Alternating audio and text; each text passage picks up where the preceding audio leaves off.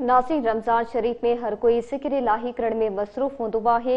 जदीद दौर में जिदत अचण करे शरीफ़ डिजिटल तस्बीह ते ज़िक्र करण के वधीक तरजीह ॾियनि था। रिपोर्ट करे रहियो आहे इख़लाक़ मचांडियो।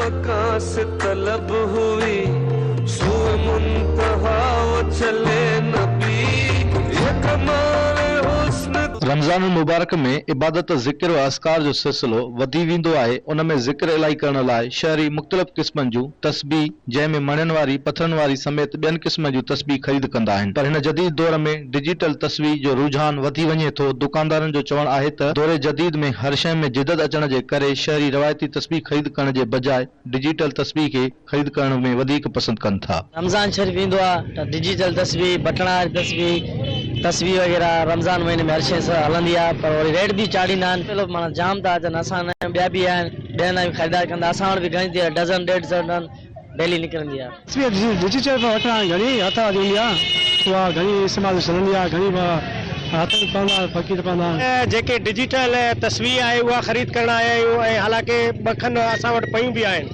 ऐं नंढड़े जे लाइ हींअर मां ख़रीद करण आयो हुउसि त उन में तमामु सवलाई आहे ऐं ज़िक्र इलाही करण में।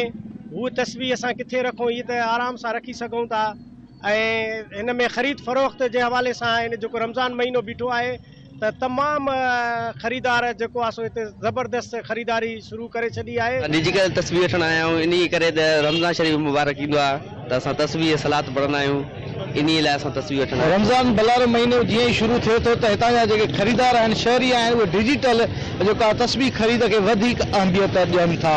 कैमरामैन ममता शाबरानी सां गॾु इख़लाक़ मचांडियो, धरती टीवी न्यूज़ कंबर।